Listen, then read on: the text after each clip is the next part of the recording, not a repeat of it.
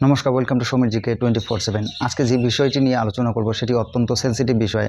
বর্তমানে পশ্চিমবঙ্গের রাজ্য বিধানসভায় সবচেয়ে বেশি যে চর্চিত যে টপিকটা সেটা হচ্ছে যে পঞ্চায়েতি রাজ সিস্টেম। এবং এই পঞ্চায়েতি রাজ সিস্টেমকে নিয়ে কেন নতুন করে জল্পনা শুরু হয়েছে, এই পঞ্চায়েতি রাজ সিস্টেমকে কেন মুখ থুবড়ে ফেলে দেওয়ার জন্য চেষ্টা করছে নতুন সরকার, বিজেপি সরকার শুভেন্দু অধিকারীর আমলে। এবং বামপন্থী থেকে শুরু করে অন্যান্য রাজনৈতিক দলরা কেন এর চরম বিরোধিতা করছে।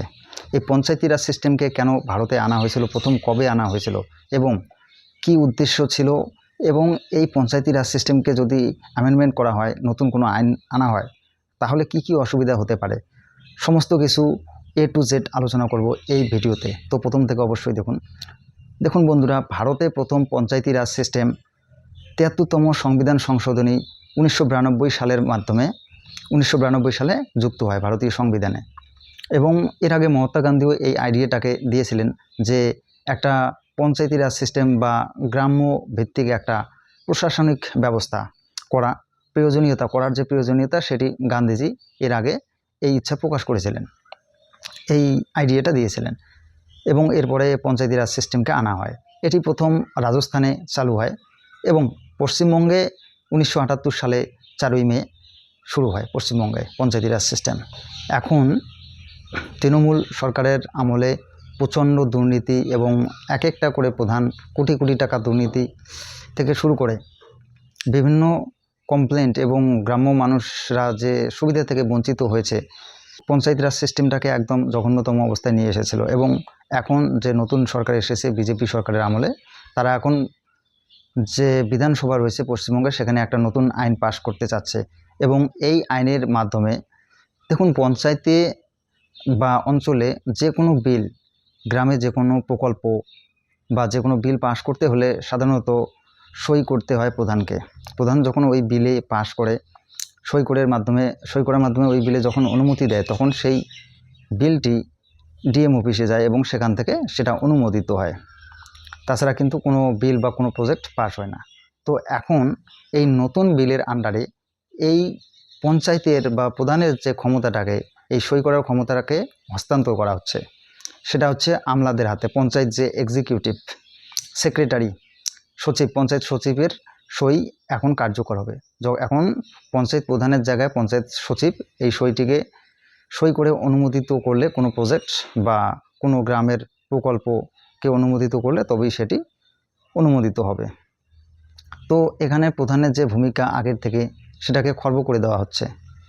তাহলে এখানে একটা সন্দেহ প্রকাশ করা হচ্ছে যে আমলাতন্ত্র আসতে পারে। দেখুন, এতদিন পর্যন্ত অঞ্চলে যে সমস্ত দুর্নীতি হয়েছিল, তাতে যে প্রধান এবং যে রাজনৈতিক দলগুলো, গ্রামে প্রধান থেকে শুরু করে অঞ্চল সেক্রেটারি, তারা কিন্তু শুধুমাত্র একাই জড়িত ছিল না। এর সাথে জড়িত ছিল অঞ্চলে যে সমস্ত আমলারা, সেক্রেটারিরা ছিল, অঞ্চল সেক্রেটারি থেকে শুরু করে তারপরে অঞ্চল সচিব, সরকারি কর্মকর্তা, এক্সিকিউটিভরা এতে জড়িত ছিল। তো এর মানে এটা নয় যে আমলাতন্ত্র বা আমলারা যখন এটি নিয়ন্ত্রণ করবে তখন দুর্নীতি হবে না। তো এটা একদম ভুল ধারণা যে পঞ্চায়েতের প্রধানের হাত থেকে এক্সিকিউটিভ পাওয়ার সরিয়ে দিয়ে কোনো আমলার আমলে তাদেরকে পাওয়ার দিয়ে দিলে দুর্নীতি কমে যাবে। তো এটা নিয়েই বামপন্থীরা এখন চরম বিরোধিতা করছে। বিশেষ করে নওশাদ সিদ্দিকী, আপনাদেরকে আমি ভিডিওতে দেখাবো তিনি কি বলছেন এই অ্যামেন্ডমেন্ট, এই নতুন বিল আইন নিয়ে। স্যার, পঞ্চায়েতি রাজ সম্পর্কে আমি প্রথমে একটা ইন্ট্রোডাকশন দিতে চাই। পশ্চিমবঙ্গে 1973 সালে পঞ্চায়েত আইনের মাধ্যমে ত্রিস্তর পঞ্চায়েত ব্যবস্থা প্রবর্তিত হলেও যা কার্যকর হয় 1958 সালে বামফ্রন্ট সরকারের মাধ্যমে। 1978 সালে বামফ্রন্ট সরকারের মাধ্যমে। তারপর থেকেই স্যার প্রতি 5 বছর অন্তর নির্বাচন হয়ে আসছে।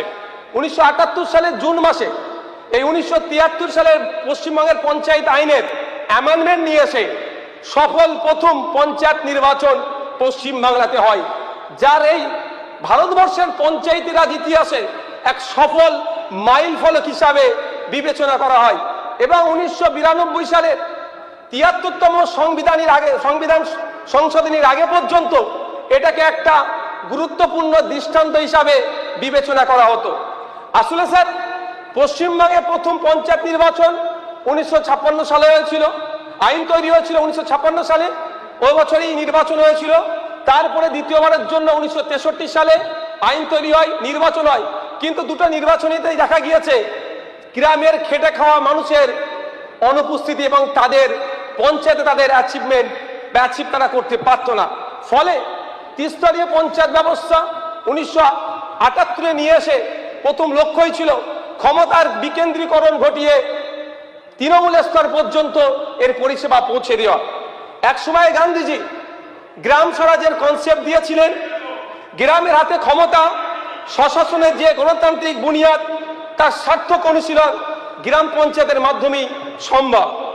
স্যার, পঞ্চায়েত হচ্ছে আসলেই স্থানীয় সরকার, ক্ষমতা বিকেন্দ্রীকরণ এবং স্থানীয় সরকারের টাইম নেই স্যার, স্থানীয় সরকার প্রয়োজনে স্থানীয় সরকারের প্রয়োজন, কারণ গণতন্ত্রের প্রসার ঘটে। স্যার, গণতন্ত্র আর উন্নয়নের সাথে এই প্রশ্নই অবিচ্ছেদ্যভাবে একে অপরের সাথে জড়িয়ে আছে। স্যার, কেন্দ্র সরকার বলুন বা রাজ্য সরকার যে কোনো প্রকল্পই স্থানীয় সরকার বা পঞ্চায়েতের মাধ্যমেই সম্পন্ন করে। পঞ্চায়েতকে তাই ফান্ডামেন্টাল ইউনিট অফ ডেমোক্রেসিও বলা যেতে পারে। কিন্তু আমরা কি দেখছি স্যার, কি হচ্ছে এই বিলের মধ্যে, সংশোধনীর মধ্যে? ক্ষমতার কেন্দ্রীকরণ, সেন্ট্রালাইজেশন। যে কাজটি বিগত দিনে তৃণমূল সরকার শুরু করেছিল, এই বিজেপি সুন্দরভাবে তাই সেটাকে প্রাতিষ্ঠানিক রূপ দেওয়ার চেষ্টা করছে। আমরা নির্ভর হলে কি স্যার দুর্নীতি মুক্ত হয়ে যাবে? আমাদের জগন্নাথ বাবু বলছিলেন 100 দিনের কাজের কথা, আবাস যোজনার কথা, যত ধরনের দুর্নীতি হয়েছে আমি দায়িত্ব নিয়ে বলতে পারি, যদি সোশ্যাল অডিট হয় পঞ্চায়েতের সদস্য থেকে যারা আধিকারিকরা আছে তারাও এই দুর্নীতির সাথে জড়িয়ে আছে, এটা প্রমাণিত হবে। তাই স্যার, শুধু স্বজন পোষণের কথা বললেই এটা এই আইন নিয়ে আসলে স্বজন পোষণ মন্দ হবে আমি বিশ্বাস করি না। কারণ স্যার, যেগুলো সংশোধন করা হচ্ছে, যেমন 16B 45 সেকশন 214, এর দ্বারাই দেখা যাচ্ছে জনগণের দ্বারা নির্বাচিত জনপ্রতিনিধির ক্ষমতা কেড়ে নেওয়া হচ্ছে, ক্ষমতা খর্ব করে প্রশাসনিক আমলাদের হাতে ক্ষমতা তুলে দেওয়া হচ্ছে। পঞ্চায়েতি রাজের অ্যাকচুয়াল যেটা লক্ষ্য উদ্দেশ্য সেটাকে ডাইলুট করা হচ্ছে। স্যার, এটা গণতন্ত্রের জন্য স্বাস্থ্যকর নয়, অশানী সংকেত বলে আমরা মনে করছি। স্যার, আসলে টপ টু বটম লেভেল পর্যন্ত বিজেপি একটা আমরা দেখেছি যে ক্ষমতার কেন্দ্রীকরণ করার এবং আমলাতান্ত্রিক হয়ে যাওয়া, এর বাইরে না স্যার। যদি এই ক্ষমতাই কেড়ে নেওয়া হয়, পঞ্চায়েত রেখে লাভ কি sir? West Bengal state election কমিশনকে দিয়ে কোটি কোটি টাকা খরচ করে নির্বাচন করাটাও আমার মনে হয় বৃথা, ওটাও তুলে দেওয়ার তাহলে ভাবনা নিয়ে আসা হোক, করা হচ্ছে। আবারও বিবেচনা হোক, দুর্নীতি অন্যায় হয়েছে তাদেরকে খুঁজে বার করা হোক, তাদের বিরুদ্ধে ব্যবস্থা গ্রহণ করা হোক। এখানে একটা জায়গায় বলা হচ্ছে, অদ্ভুতভাবে দেখছি যে দল যদি চেঞ্জ করে নেয়, প্রতিনিধি যদি দল চেঞ্জ করে নেয় তাকে কিভাবে খুঁজে পাবেন? স্যার, যদি সরকারি আধিকারিক দুর্নীতি করে গায়েব হয়ে যায় তাকে কিভাবে খুঁজবেন? তাকে যেভাবে খুঁজবেন জনপ্রতিনিধিকেও সেইভাবে খোঁজা যায়, যদি খোঁজার মানসিকতা আমাদের থাকে। এই আইন নিয়ে একটু আবারও বিবেচনা করা দরকার। ধন্যবাদ স্যার। তো আপনারা শুনলেন নওশাদ সিদ্দিকীর মন্তব্য।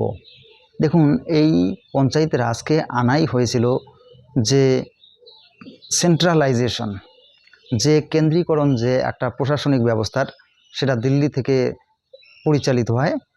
তারপরে স্টেট রাজ্যগুলির যে রাজধানী রয়েছে, যেমন পশ্চিমবঙ্গের কলকাতা, সেখান থেকে প্রশাসিত হয় গোটা রাজ্য, সেখান থেকে সমস্ত সরকারি কার্যকলাপ প্রশাসন থেকে শুরু করে।